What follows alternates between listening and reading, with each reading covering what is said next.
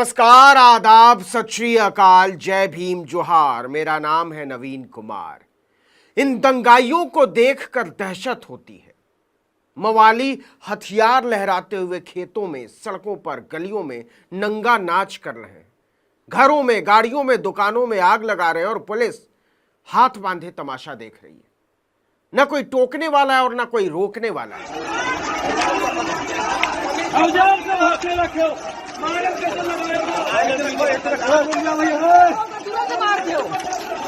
Police उल्टा दंगाइयों को शह दे रही है, उनकी निगरानी कर रही है।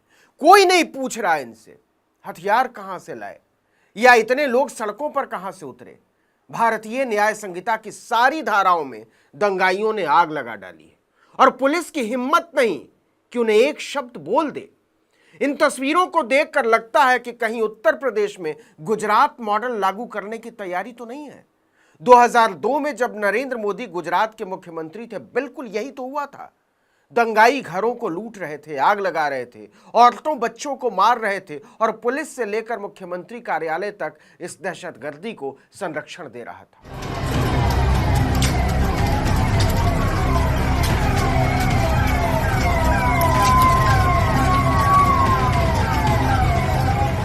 धू धू कर जलते इस घर के वीडियो को देखने के बाद आपके दिल में क्या आता है?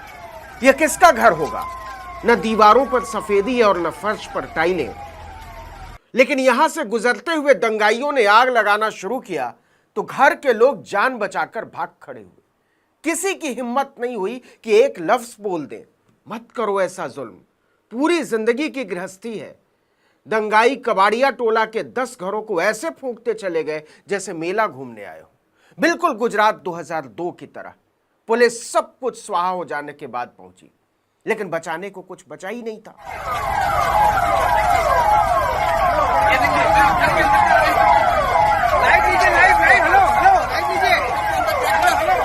गांव के लोगों का रो रो कर बुरा हाल। लोगों की जिंदगी भर की मेहनत को दंगाइयों ने स्वाहा कर दिया। योगी आदित्यनाथ वैसे चाहे जितने बड़े वीर बनते हों, लेकिन संवेदनशील हालात ने साबित कर दिया है कि राज्य की कानून व्यवस्था को संभालना उनके बूते की बात नहीं है।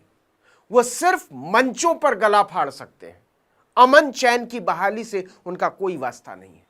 कमाल तो यह है कि दंगाई सीधे प्रधानमंत्री नरेंद्र मोदी को और मुख्यमंत्री योगी आदित्यनाथ को चुनौती दे रहे हैं। पुलिस प्रशासन या नरेंद्र मोदी जी, अगर आपको हमसे दोबारा वोट चाहिए तो जिसका साथ उसका विकास करना होगा, अन्यथा आप भी सत्ता से बाहर जाएंगे। और ये चुनौती है आपको। ये बंद करिए सबका साथ सबका विकास। आपको वो वोट नहीं देते हैं, आप क्यों उनको प्रधानमंत्री आवास योजना देते हैं, क्यों फ्री में भोजन देते हैं? इसलिए ताकि वो हमारी माता जी को जला सके, इसलिए ताकि वो हम पर पत्थरबाजी कर सके। ये बहुत हुआ, अब बंद होगा। अगर इसका प्रतिकार नहीं हुआ तो 24 घंटे के अंदर वो होगा जो प्रशासन झेल भी नहीं पाएगा। ये वचन नहीं, श्री कृष्ण को साक्षी मान कर शपथ लेता पूरा हिंदू समाज। जय जय श्री राम।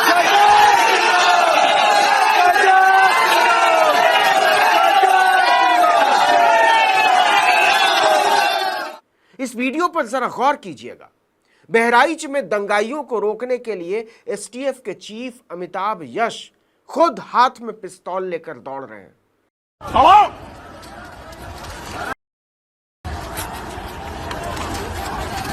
सवाल है कि यह नौबत ही क्यों आई? देश की राजनीति में हिंदू बनाम मुसलमान का जो जहर घोला गया है, वो क्या क्या खाक करेगा और किसको किसको मारेगा हम नहीं बता सकते। लेकिन इस बात की गारंटी दे सकते हैं कि इन उपद्रवियों की भीड़ में आप किसी नेता की औलाद को नहीं देखेंगे। मंत्री और उप मुख्यमंत्री छोड़ दीजिए, विधायक का भी बेटा नहीं दिखेगा इसमें। सारे के सारे गरीब लोग हैं, मामूली लोग, साधारण लोग, ऐसे लोग जिन्हें आगे बढ़ने का अवसर नहीं मिला। पढ़ने लिखने, सोचने और रोजगार का हक छीनकर इनके हाथों में त्रिशूल, तलवार, लाठी और कट्टा थमा दिया गया है।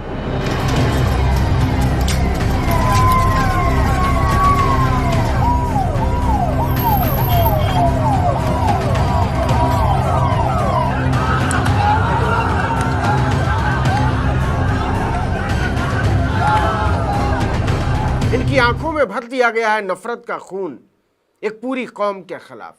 एक झूठ सारे सच को निगल गया है कि बटोगे तो कटोगे।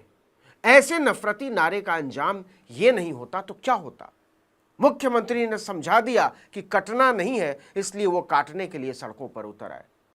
इन्होंने पुलिस के द्वारा एक हत्या कराई गई है कल लखनऊ के अंदर, यही सब चीज़ें बनारस के अंदर लाठी चली है, अभी बहराइच के अंदर दंगा करा रहे हैं। तो ये पूरी तरीके से भाजपा के लोग उसमें शामिल है और भाजपा के जंगल राज कायम है। तो पूरे मामले की शुरुआत कैसे हुई, किसने दंगे की नौबत पैदा की? एक वीडियो देखिए। दुर्गा पूजा की शोभा यात्रा निकल रही थी। एक मुसलमान के घर के सामने गुजरती शोभा यात्रा में शामिल 22 साल के गोपाल मिश्रा ने छत पर हरा झंडा लगा हुआ देखा तो उसका खून खौल गया।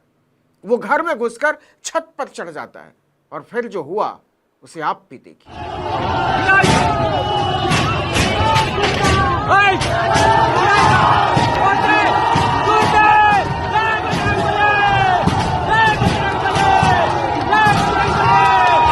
बात झंडे की नहीं है, बात नफरत की है। गोपाल मिश्रा हरा झंडा उखाड़ने में ऐसा जुटा जैसे वो बहराइच के अपने ही मोहल्ले में नहीं, पाक अधिकृत कश्मीर में खड़ा हो।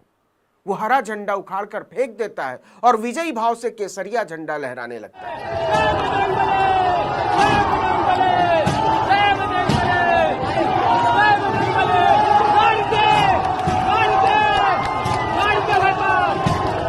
जरा सोचिए, गोपाल मिश्रा को किसने उकसाया होगा कि वो किसी के घर में घुस जाए और दूसरे मजहब का झंडा उखाड़कर फेंक दे?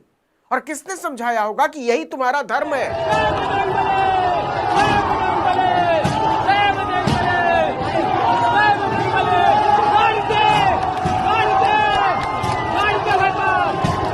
बताते हैं कि इसके बाद गोपाल मिश्रा को खींच लिया जाता है, उस पर हमला होता है और गोपाल मिश्रा गिर जाता है। गोपाल मिश्रा की मौत हो जाती है। इसके बाद राजनीति का गंदा और नंगा खेल शुरू हो जाता है। दुर्गा पूजा की शोभा यात्रा के लिए निकली हुई भीड़ गोपाल मिश्रा की शव यात्रा में तब्दील हो जाती है। हजारों लोग हाथों में लाठी डंडे लेकर गोपाल मिश्रा के अंतिम संस्कार में शामिल होने के लिए सड़कों पर निकल पड़ते हैं, खेतों में निकल पड़ते हैं। पुलिस तैनात जरूर थी, लेकिन उनकी ड्यूटी में हिंसा पर काबू करना शामिल नहीं था। उन्हें सिर्फ इस मार काट, आगजनी और हिंसा का तमाशा देखने की इजाजत थी।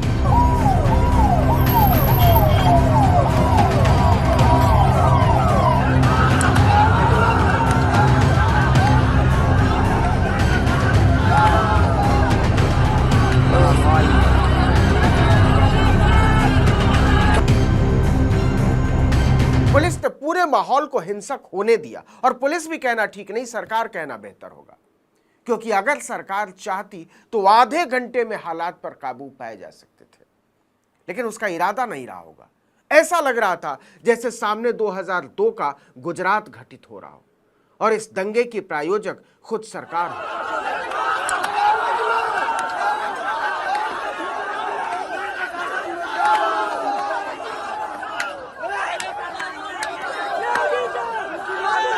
जरा सोच कर देखिए, गुजरात में यही तो हुआ था। अगर यही भीड़ आपके घर का दरवाजा खटखटाने लगे, उसे तोड़ डाले, सामने जो मिले उसमें आग लगाने लगे, तो आप क्या करेंगे? सवाल पूछा जा रहा है कि गोपाल मिश्रा को मारा क्यों, लेकिन इससे पहले का सवाल यह है कि गोपाल मिश्रा किसी के घर में घुसा क्यों? दरवाजे पर चढ़ा सैकड़ों लोगों की नारेबाजी के शोर के बीच उस इलाके के अल्पसंख्यकों में छाई हुई दहशत का सिर्फ अंदाजा ही लगाया जा सकता है। हम और आप ये सवाल कब पूछेंगे कि आप किसी के घर में कैसे घुस जाएंगे, वो भी पुलिस और प्रशासन के सामने? वर्दी वालों के सामने घर जलाए जा रहे थे, वर्दी वालों के सामने गाड़ियों में आग लगाई जा रही थी, वर्दी वालों के सामने लोगों को खदेड़ा जा रहा था। छोड़िए हिंदू और मुसलमान, और खुद को बताइए कि अगर इन्हीं हालात में आप फंस जाते तो आप क्या करते? इस वीडियो में इतना ही, लेकिन अगर आपने आर्टिकल 19 इंडिया को अब तक सब्सक्राइब नहीं किया तो फौरन कर दीजिए, बेल आइकॉन दबाइए, घंटी जैसी आकृति, लाइक कीजिए और कमेंट करके बताइए हमारा वीडियो आपको कैसा लगा। हमारा ट्विटर हैंडल है article19_India और मेरा ट्विटर हैंडल है नवीन जर्नलिस्ट। नमस्कार।